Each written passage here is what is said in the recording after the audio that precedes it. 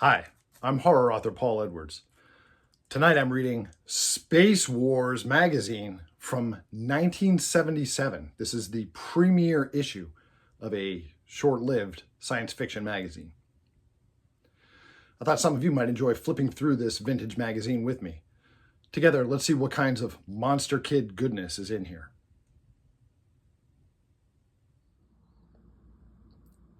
Space Wars magazine, issue number 1, from October 1977. All right, listen up, space monsters. My viewers have helped me look through a ton of monster magazines about Earth monsters. A ton of them. Now it's the space monsters' turn to shine. Let's see what you got. Space monsters, you're up. Let's see if you can thrill us, all right? We got Star Wars. We got 2001: A Space Odyssey. Not sure there's any monsters in 2001: A Space Odyssey unless you count Hal as a monster. I guess you could count Hal as a monster. The Return of Star Trek. This should be interesting to look at in hindsight. Flash Gordon. Pow. Comic books on film. All right. We're off to a good start. Now, I should point out with the title of this, most of us are used to one Star Wars logo, but there was another Star Wars logo that was used with the first movie in a lot of the publicity material. And it had the word Star Wars like fading into the background like they were part of that opening scroll, and they were full of stars, just like this. So they were, and audiences at the time would have immediately recognized that as a riff on the Star Wars logo.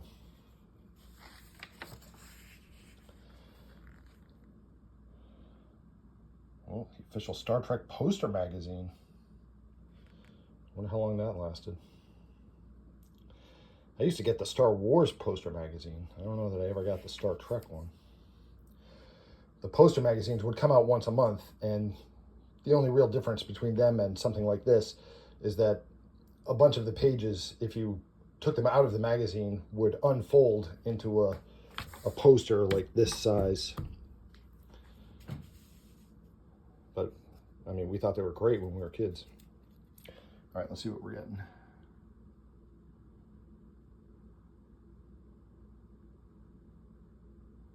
Okay, all right, pretty good contenders for the world's greatest science fantasy movies. Yep. There is the Russian film from 1962, Planeta Borg, but I wouldn't expect them to run that here, especially during the Cold War. So, okay. Oh, robots gallery. That's promising. Can you name all of these robots? Some are easy. Of course, we know C-3PO and R2-D2. Robbie the Robot from Forbidden Planet and The Invisible Boy and other things. Gort, of course, from The Day the Earth Stood Still. Metropolis, of course. The hardest one for me is this. I think this is the robot from Mysterious Dr. Satan, the 1940 movie serial. But a lot of 1940 movie serial robots look really similar. So it wouldn't surprise me if I was wrong on that. But I think that's the one from Mysterious Dr. Satan. I guess we'll find out. Oh no. Wait a minute. I didn't know we were getting into X-Files territory. UFOs may doom life on Earth. Read the official U.S. government findings. Free when you order. Yeah, well, that's not really free, is it? Blue Book Coordinator. Project Blue Book was that Air Force task force that was looking into the authenticity of UFO findings. So that's what that's about. Watch a new star explode. Wow. It's Us, Space Wars, a brand new magazine devoted to the mind-boggling world of science, fantasy, and fact. That's the star that we're watching explode. I hope that doesn't mean it's going to implode.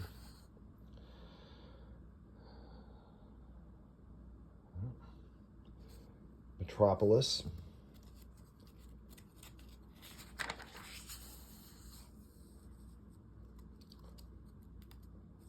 Things to Come. Screenplay by H.G. Wells.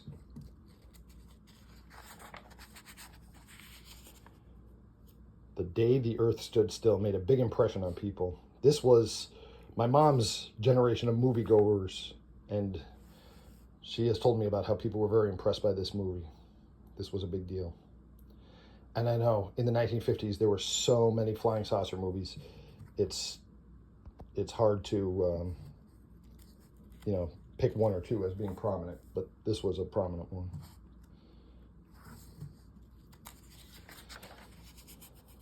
Forbidden Planet. Young Leslie Nielsen. Yes, the same guy from those comedy cop movies. Playing it completely serious in this picture. Robbie the Robot.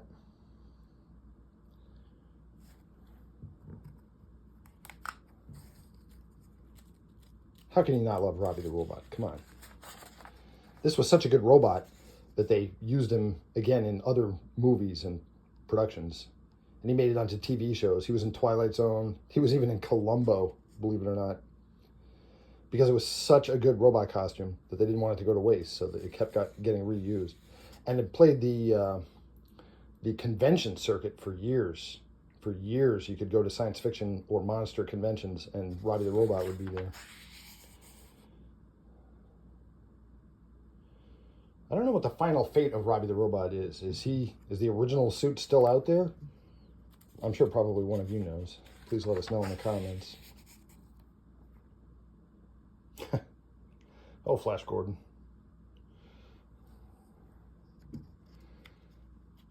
All right, Star Wars owes a ton to Flash Gordon. A ton. I remember when I was a young adult, because Star Wars came out when I was 11. So all through my teenage years, I was familiar with Star Wars, but I hadn't really seen too much Flash Gordon. But as a young adult, when I sat down and watched a whole Flash Gordon serial, I'm like, wait a minute. Everything old is new again.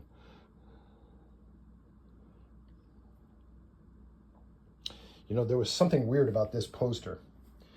For when they released the original film, Star Wars, in 1977, when they released it around the world, they would touch up this image of Luke and Leia, depending on what country it was going to be released in, to show more skin or less skin on the male character and on the female character. You can find it online, I'm sure, comparing this poster, like if you look at the Italian release or the Spanish release and so forth. It's different from country to country. And I'm familiar with the idea of touching up the artwork because when I had one of my book covers, Mourner's Cliff, the artist had the basic design, but I had to touch it up to make it match my character design for my heroine a little more closely. So they can absolutely, tweak a little bit here and a little bit there, depending on what the audience is going to want or like.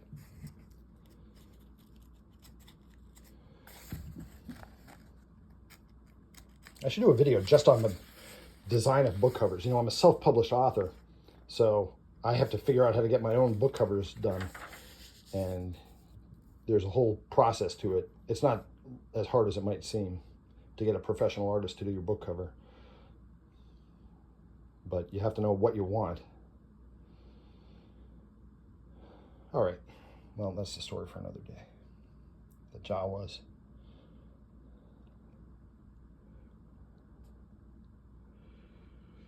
Now, knowing what we know now, how come Darth Vader didn't sense that Leia was his daughter?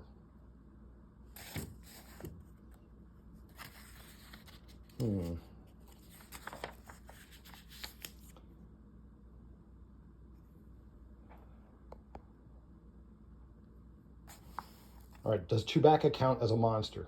He's certainly a space alien, for sure. But does he count as a monster? I think a monster probably is best defined as an organism that has no place in the ecosystem that it's in. So Chewbacca belongs where he is in this world. So I'm not too sure he counts as a monster. I think just space alien.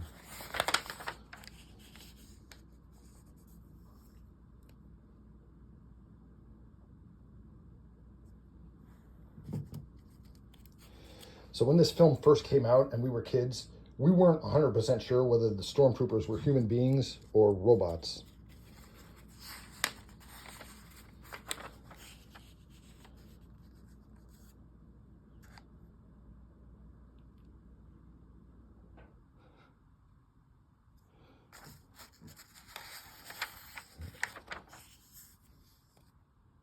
This is a really famous promotional image of the TIE fighter zapping the X-Wing.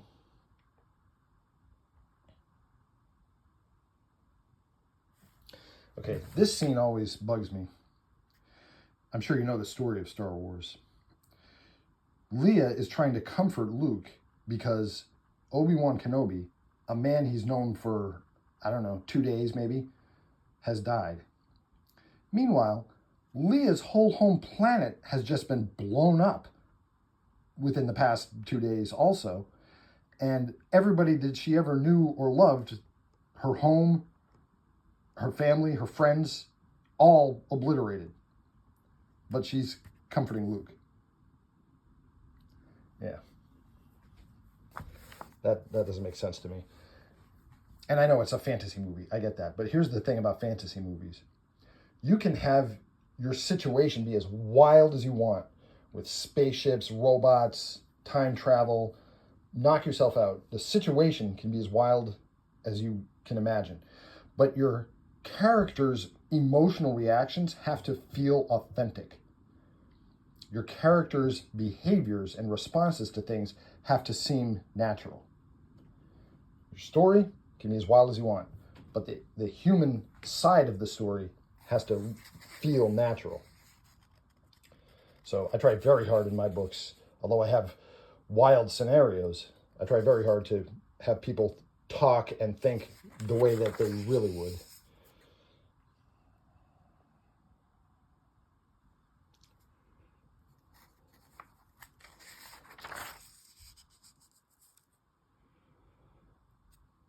They're giving plenty of coverage to Star Wars here, which is not unusual.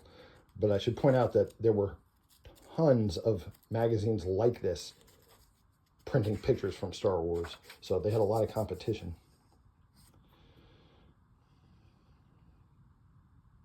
Okay, so which came first, Flash Gordon or Buck Rogers? The answer is it depends if you're talking about the movies or print. In print, Buck Rogers came first, but Flash Gordon made it to the movie screen first. And of course, the same actor, Buster Crabbe, played both of them. There were 3 Flash Gordon movie serials and 1 Buck Rogers movie serial, back in the days when movie serials were really big.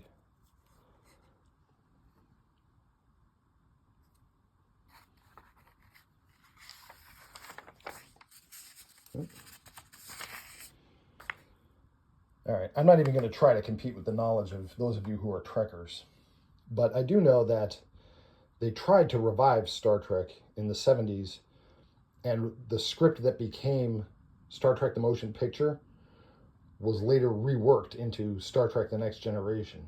And I know that the Decker character from Star Trek the Motion Picture became the Will Riker character in the TV show, and the Delton woman, the bald woman in Star Trek the Motion Picture, became the Deanna Troi character. So I do know that they were trying to develop a return TV series that then became the movie and then Star Trek the Next Generation. But I'm sure a bunch of you know the details of this better than I do. I just know the basics.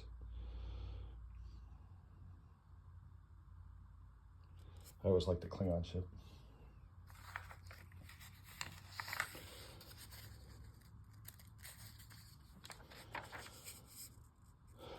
Arthur C. Clarke.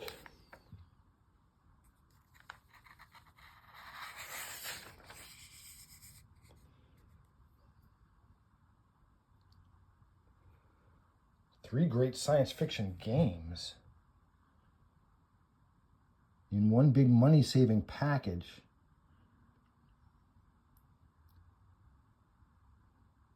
Huh. I'm drawing a blank on this. This is for you gamers out there.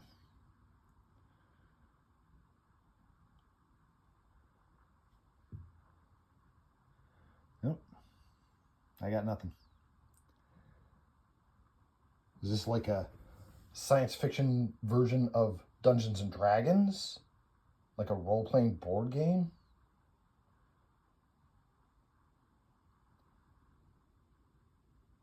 Huh.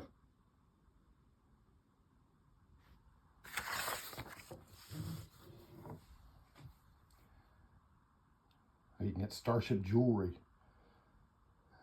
Okay, come on. This is going to get you beat up in junior high school. Wearing a Starship Enterprise pendant. Come on. No. No. And this ring design like that is going to snag on everything. You're not really going to wear that. Posters and the t-shirts I can understand. But the price is right.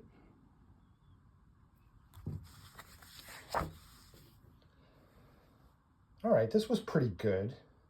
This was all right. It was less monsters than I expected. Fewer monsters than I expected. But there were plenty of pictures of Star Wars and Star Wars predecessors, so that's okay. One thing I do notice, though, is, you know, the Star Wars was still in the theaters in 1977, so this movie was still out. So I'm not sure how much of the target audience had already seen Star Wars or had not. But anyway, it was pretty good. Listen, if you enjoy vintage monsters, you should check out my book series, the Mourner's Woods books. I'll drop a link to my books on Amazon in the description for this video. Thanks for spending some time looking through Space Wars magazine with me. I'll see you in Mourner's Woods.